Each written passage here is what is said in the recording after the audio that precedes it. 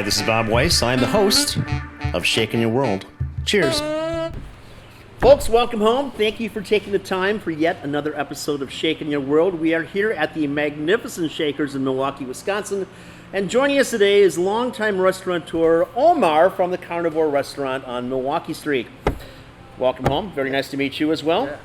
Nice to meet you as well. Cheers for being here, Cheers. sir.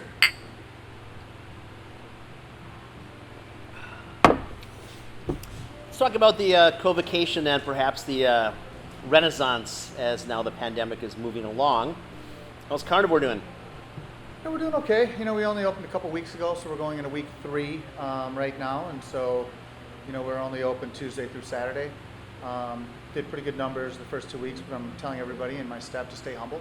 We'll see how we're doing on Tuesday or Wednesday in January when it's cold and snowing, right? Indeed. You know, and there's just not a ton of people downtown yet. So we're hoping that a lot more people start to stagger into working downtown. So would you suggest that the business that is happening today for Carnevor is going to be as much influenced by the corporate world as it was, or are you seeing more just a social adventure taking place? Yeah, no. So it's we're operating in a whole new world, right? And so before, you know, it was 50-50, you know, and predominantly on weekdays you'd see a ton of business travelers, you know, guys coming from the hotels or people that work in corporations, financial, retail, whatever it is, come in for larger groups during the week from Milwaukee too. But I just asked my staff today, we've been meeting, you know, twice a week, and I said, have we seen any business tables yet in 2 weeks? And we only saw a few, which we were happy to see some, but it's predominantly, you know, people coming in on their own dime now, not the corporate dime. And, you know, we're kind of analyzing all that type of stuff in terms of our check averages, in terms of table turns. Mm-hmm. We're operating in a whole new world.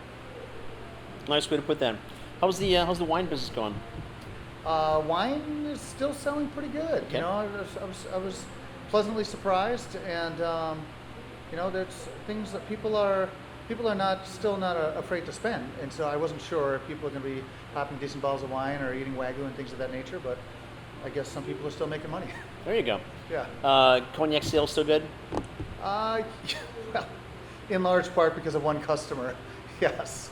Yeah, that is one of our regulars. Great guy, great person. Just loves Louis, and drank us out of a couple bottles in the first 2 weeks, and so we have some more coming in today. Excellent. Well, it's good to hear. Yeah, I made a joke with him that he's paid our rent the first 2 weeks, so we take good care of him. Can't tell anyone else who he is though. I'm not asking. It's all good. Just kidding. So where do you see the industry going right now? Obviously, it's a new world as we've been talking about, and really nobody has a crystal ball here, but what is your gut feeling? What's going to happen? I'm a very positive person. My gut feeling is a very bad one. Still, there's so much. I don't know what's going to happen with this pandemic. Not sure when a vaccine's going to come out. Saying 2/3 of the population will take it. I think that people are really frightened. I think the media's done a good job at that, right? And I see at least a third of restaurants closing and not making through this. They're saying 50% of restaurants in America won't make it through this. We'll see. It's a frightening and terrible time for restaurants that really haven't gotten a tremendous amount of support. There's no other way to put it. If you had the ability to change things right now, as far as the interaction with the government and how perhaps they could support things or modify things or help people out or help businesses out, what would you like to have take place? I think that's a multifaceted approach. One, I think that in terms of taking care of the American public, I'm all for. The issue with that, though, is when they were giving unemployment checks and stimulus and that $600 kicker, you know, that's more money. Motivation not to work, right? Right. Yeah. And so that was the problem. You know, right. we couldn't get people to come back to work. Where I think that if we can incentivize them to come back to work and then they can make money and bonuses on top of that, that's what really we should be doing to move this economy. You should also incentivize the businesses for hiring people. And I think that things will move along a little bit quicker. You know, it's a scary time. A lot of my staff wanted to come back, but when they're getting that much incentive, they didn't want to. And towards the tail end of it, everybody wanted to come back to work because they weren't sure what the new kicker was going to be. But I think they're all happy to be back now.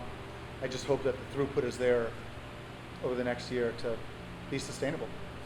We are easily getting 10, 12, 15 applications per day from people that want to work here. That's every day. Yeah. And there are some very good candidates that are there. Yeah. And yet you have to ask yourself, why weren't you motivated during this time to come back and do something else? And I can understand the stipend was there, Yeah. but I also think that we need to find people that are incredibly well motivated. Yeah. Of the 30-odd people on staff going into this, all but one came back anyway. And really? we have come Wow, out okay. just with a bullet, and we are incredibly busy. Okay. And as is our tour division in Milwaukee, Savannah not so much, but we are certainly. Perhaps you could even suggest that this has been one of our better summers in a long period of time. Really? That 800-pound gorilla known as Summerfest isn't there, the festivals aren't there, all the other diversions aren't there, the sports aren't there. Competition, yeah. So we've been doing well, and fortunately we have a significant amount of our business which is back, which is corporate, whether it's the law firms or the architectural firms that are here, and it's almost as if that gap didn't take place Wow. with some of them. Wow. But again, we have a very unique, refined thing with the cigar component that we Yeah. have here, and certainly as one of the most award-winning restaurants at one point, but you've certainly got your share of that too, we were just in the right place at the right time. We have our ghost tours, our historic tours. There's a lot of different avenues here from which we could reach into, and we've been very fortunate that people have been coming in.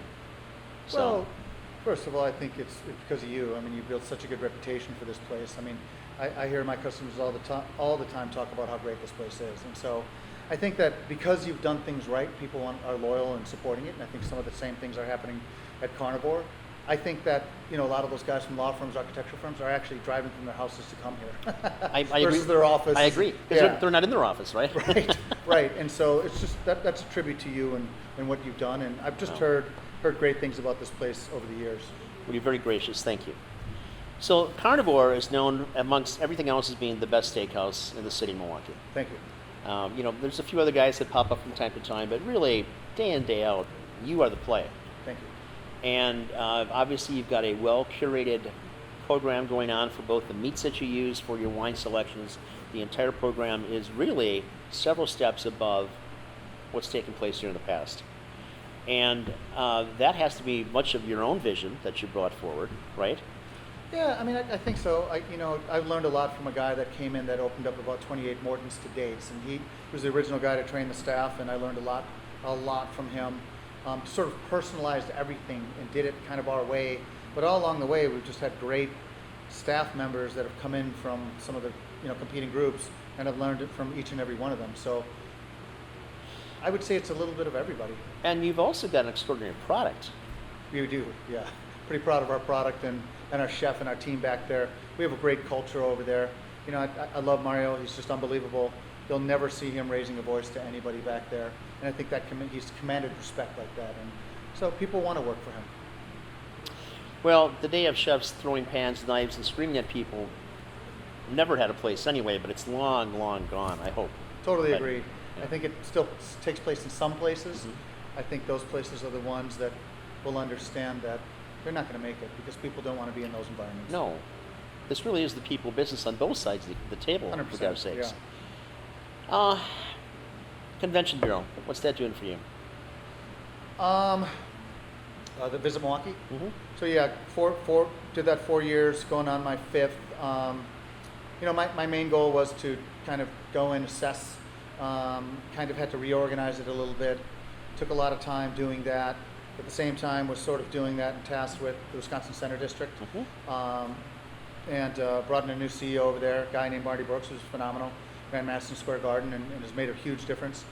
And then I brought in Peggy Williams-Smith. I shouldn't say myself and a search committee that we Sure. put together. Brought in Peggy Smith, and it's made all the difference in the world.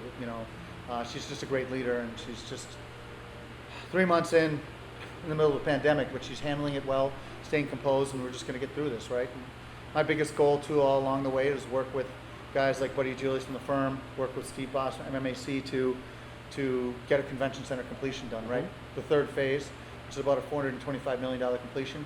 Spent years working on it, got it passed through state government, moral obligation for about, they loosened it up by got us about $22.5 million, which actually allowed us to bond out for it at a little bit more of a comfortable rate. And then we passed it through city government, and now we're just kind of the bond markets all over the place, seeing where this world is going.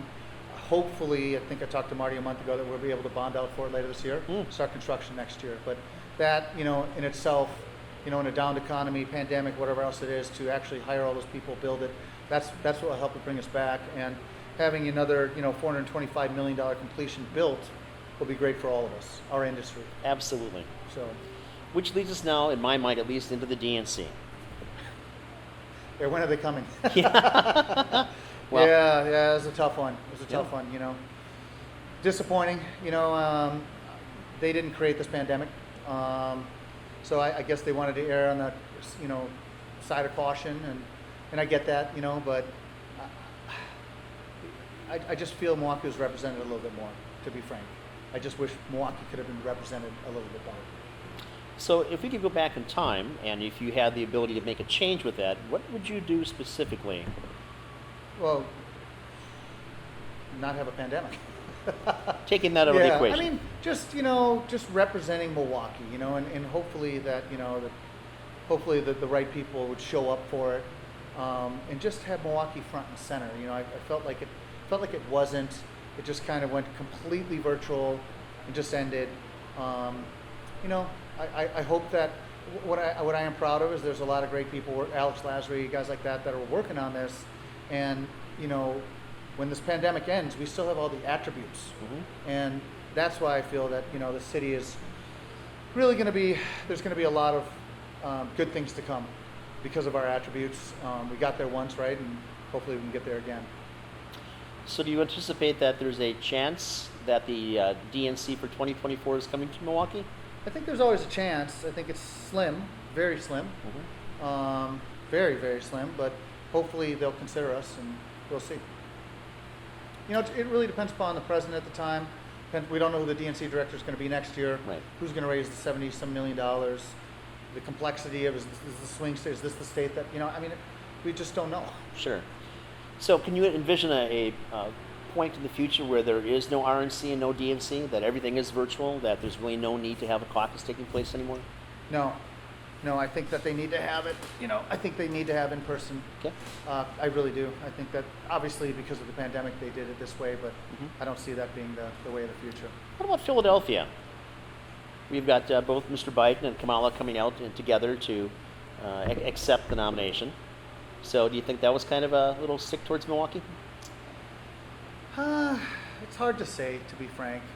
I think some people were saying that. I guess I didn't look at it as that much of a stick, but again, I just think Milwaukee could have been represented a little bit better. It would have been nice for them to come here. There was a rather significant rumor that Mayor Barrett was going to abdicate and step aside during the DNC, pass things along to the president of the Common Council, and Chevy Cavalier Johnson. And then the thought was he was going to matriculate into a position with Joe Biden's cabinet. Clearly, the dynamic shifted. The pandemic had a big impact on that, but now there's no one here. There's no national audience. Right. And Mr. Barrett is still ensconced, of course, at his home, Andros City Hall. Yeah. So do you anticipate a time in the near future that Mr. Barrett's going to step aside? I don't know. I really don't know. I haven't talked to him in at least a month. Apparently not in good health, apparently. Yeah, at least a month. A lot of people said he wanted to stick around for, the DNC, obviously. I don't know. I have heard from several people lately that he's not going to serve the full term. At least that's the rumor. Right. I'm not qualified to answer Sure. until he told me. Okay. Until he tells me that he's not going to. I can't answer that. Yeah. Sure.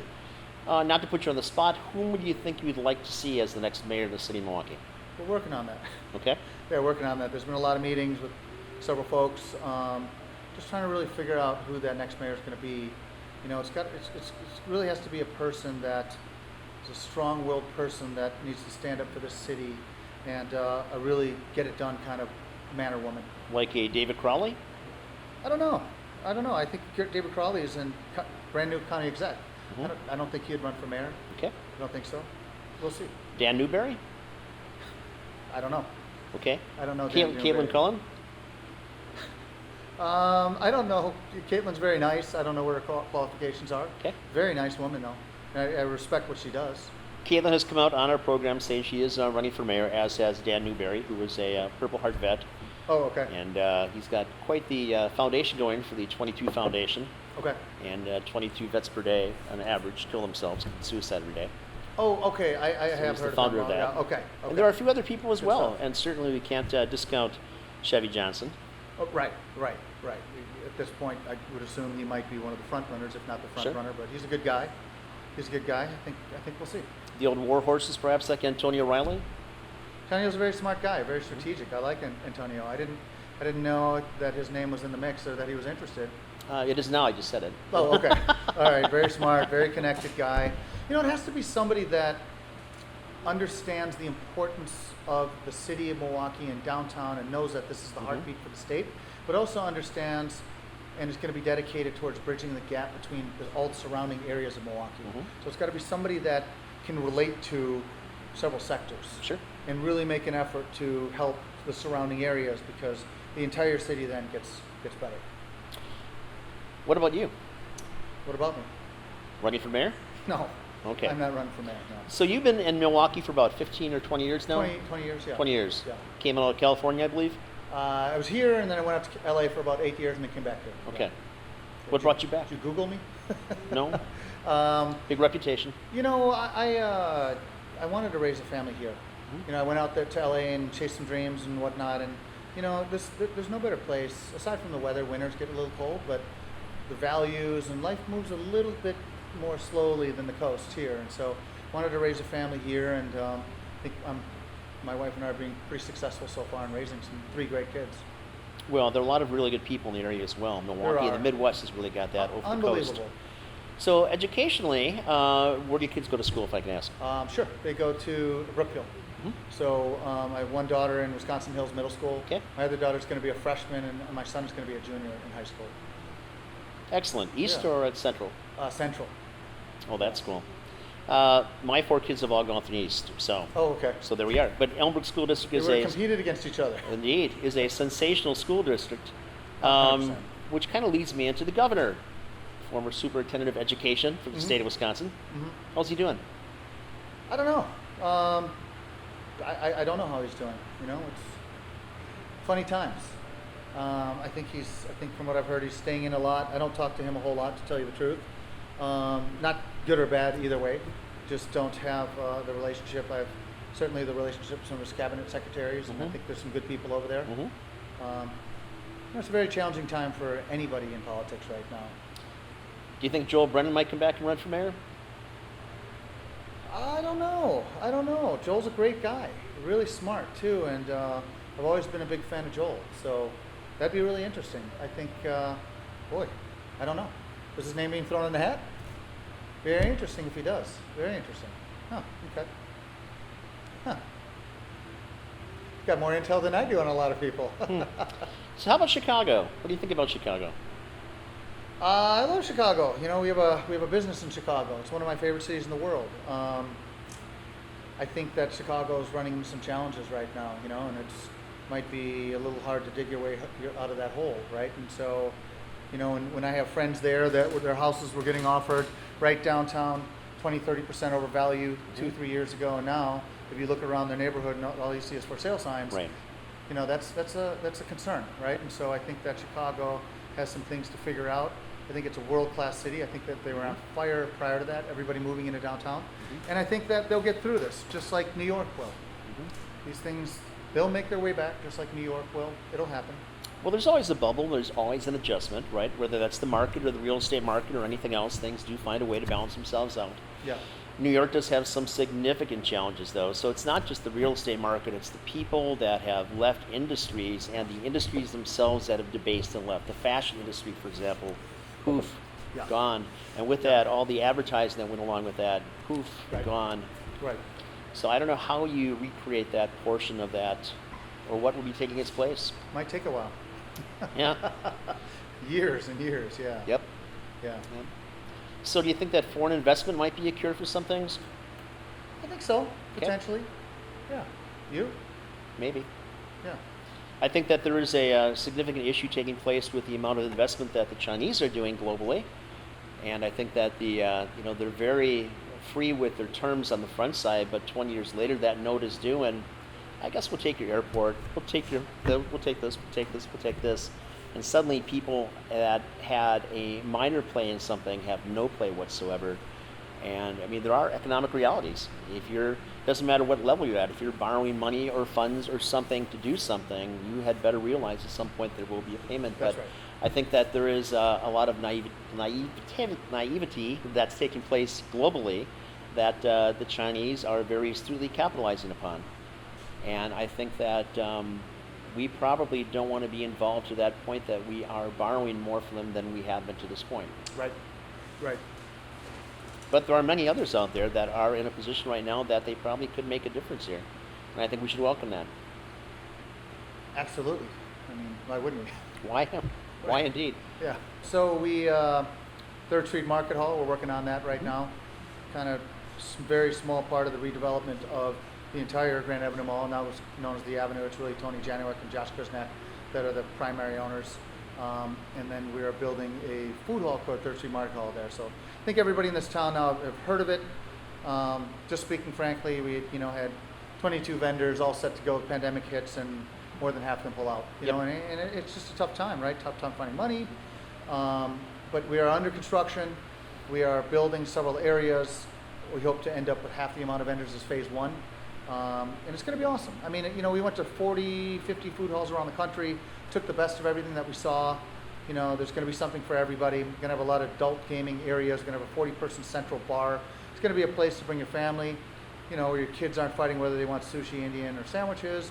It's going to be a place people can do business for millennials to park up with their laptop and get a craft beer. It's going to be a place for everybody. It's going to be a gathering place, if you will. So Pike Place on steroids? Pike Place is really nice. We kind of sort of modeled it after a place called DeKalb in Brooklyn. Okay. But still did things a little bit differently. We really took something from each place that we liked and built it into one. So okay. I think we're going to be I think we'll be a well-respected national food hall when it's all said and done. Excellent. So have you got a timeline for that? I think we're shooting for an April phase 1 opening. Nice. It's not rushing it to get it open in the next 30, 60 days, right? No. Once the people come back to work, hopefully there is a, vaccine by then and people feel a little more confident to come out. Well, if you look at things like the new BMO Harris project, which is across from City Hall, it's a beautiful structure, right? Absolutely. Architecturally. But they don't anticipate ever being 50% filled because many of their people are being moved to just an at-home situation where you come in once every month, 3 months, or something else. Yeah. So, that has to have a huge impact upon opening a food court as well because you are dependent upon a formula with people. Yeah, well, without a question. The good news is, though, we're surrounded by skywalks of 2 million square feet of office space. We have the convention center across the street, connected to 3 hotels without a bar or restaurant. There's 5 surrounding hotels within a block to 2 blocks. Symphony across the street, We Energies, all these corporations. Yep. So whoever is coming will come. Yes. A lot of conventioneers will come. And I don't fully believe that. I think there's certain industries that they're going to phase in very carefully, that there may be a working from home type element. I think banks can do that, but I still think there's a lot of industries that come really once there's a vaccine, that more companies are going to say, listen, people are more effective. And it's been proven over the years that virtual versus in person, there's no comparison. And I think that once we get past this fear and once we can feel more confident to come out, more and more people will come back to work. I really believe that. I'm curious, a couple things. Did you consult with like a Wendy Workmeister for the mall? Wendy Workmeister. Wendy Workmeister, Wibbick? Oh, yeah, Wendy. I guess I pronounced it her. We just gave her a tour the other day. Okay. So Wendy is amazing. And Wendy, that was her child and creation over at the public market. Yes, and it she's was. an impressive woman. And so she sent us some stuff and is helping us a little bit, gave us some ideas. And we have. Cool. And the second part is that, did you talk to a futurist about the design or the application of that hall? We have. So we've worked with a couple different consultants. Okay. And they helped us kind of change our way of thinking a little bit. So we're going to apply some of those changes. Anything you care to share? Right now, just because I would say within, if you give me 30 days, I will. Okay. Yeah. Cool. So of these myriad food venues and beverage venues that you have coming together here, anything really edgy for Milwaukee? Not really edgy. I think what we're doing is, we're bringing in some good operators. We're bringing in some startups. That's going to push it from a food hall standpoint, really good culinary. I wouldn't use the word edgy, but what we're doing is we're also going to be working on what's called hawker stalls, and so I think we're planning on having 4 of them. So instead of people coming in with their own capital and building out there, we'll build it out. They'll put a $500 deposit down. They'll do 90-day leases. Have at it with whatever concept you want to try. So a pop-up. Pop-ups, rotate one that will be used throughout the inner city, giving people an opportunity there. You might even see great James Beard chefs saying, hey, I'll take it for 90 days, because that's the best way to test the product to the market, right? So we'll have all kinds, and we'll be able to, almost like an incubator, if you will, pop up, do some fun things with that. Nice. Yeah. We had stopped off at a fabulous Laotian restaurant maybe a month ago, and it's part of the series you can find on Shaking Your World. It's called Thum, Thum, and it's the Crossroads Collective, and they are doing a dynamic job.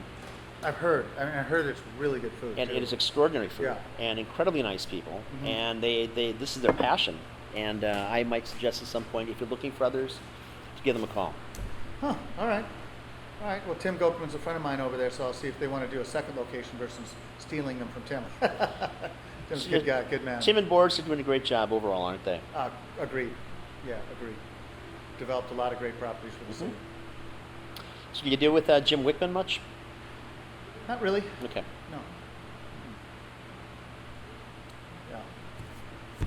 Here we are. Yeah. So where do you see yourself in 5 years? Well, if you'd asked me that prior to COVID, I would have had my answer. Right now, I don't know, to be honest. Right now, I'm kind of in survival mode, to tell you the truth. Just started construction back up and trying to save a couple deals, going to lose a couple companies. Remaining very optimistic about the future. Scared sort of where this country's heading when it comes to certain things. Love to see more unity and leaders coming together in order to get things done. But I don't know. That's a really good question that I had. I had 1, 2, 3 options prior to COVID. And right now, speaking frankly, I actually write all these types of things down. I said, right now I'm in survival mode, and I'm going to have to figure that out after this year. Yeah. And especially your youngest is at Swanson, so you got 10 years or 30 to go, right? Wisconsin Hills Middle Wisconsin School. Hills, So 12, 14, 16. Okay. So not 10 years. Okay. Yeah. Yeah. Counting that too. Okay. Yeah. Tough time to raise kids, no question about that. Yeah, it's an interesting time. I think if we do our jobs in the household, though, for the most part, right, I really believe they'll turn out to be good human beings, right? I have seen some go off the path, but, I think if we do our jobs, hold them accountable, show them a lot of love, be firm with them, I think so far, so good. Knock on wood, our kids are turning out great. Good to hear. Yeah. 2 teenage daughters, they test me constantly. They think I'm annoying, That's and they their don't job, understand yeah. why in quarantine, why they have to get up early, why I'm making them work out, why I'm making them do, I am the bad guy, but they'll understand later on. Yes, they will. Good for you. So, the direction for Carnevor. Just keep doing what you're doing. You do a phenomenal job, and you just want to dig in and just keep reasserting that, right? Direction for right now is just personalizing everything. Getting to know every table, touching every single table. There was a point in time where I got so busy and working on so many different projects that I didn't get to meet the whole customer base. And right now I have a phenomenal manager named Mark Heminger, just phenomenal team. Like you, had almost everybody come back. And it's just personalizing the experience for the guests. So anybody that's coming in now, whether they're celebrating, an anniversary, birthday, or just coming in, we need to recognize they're coming in at a very difficult time and spending their hard-earned money. So we're trying to treat everybody like kings and queens. Personally. Absolutely. So not that we weren't before. No. But when you're busy and you're, I believe me, I well appreciate that, and I've made more personal contact the last 3 or 4 months with people as well than I had prior to that, just because I had the opportunity to, and that makes a significant difference. This is the people business. And you know what? For guys like you doing that, same with me. I will say it's been very humbling. So many people reached out in quarantine. So many people are like, we're going to come in and support you. So many people said, not that they want to go get a great steak, that they want to come support myself, the staff, the ownership, whatever else it is. And that's the makeup of this community. They really want to take care of you, and it's unbelievable. Well, there's a couple of futurists that I've been in communication with in the past several years. I met on a flight coming back from Texas once upon a time, but their concept of the future is different than this concept. Okay. So in many ways, this is the end of days for individual boutique type of things. So they're going to be phased out more and more. Things like your hall project are going to be much more the future. The future, yeah. And it's interesting how we're going to, I mean, obviously those of us that have been doing what we're doing a long period of time, I've been doing it for 34 years, you guys have been around for a long period of time as well. Yeah, 13 years. Are going to continue to sustain because you have that little gift of what it is, that je ne sais quoi that put us together in the first place, 100%. right?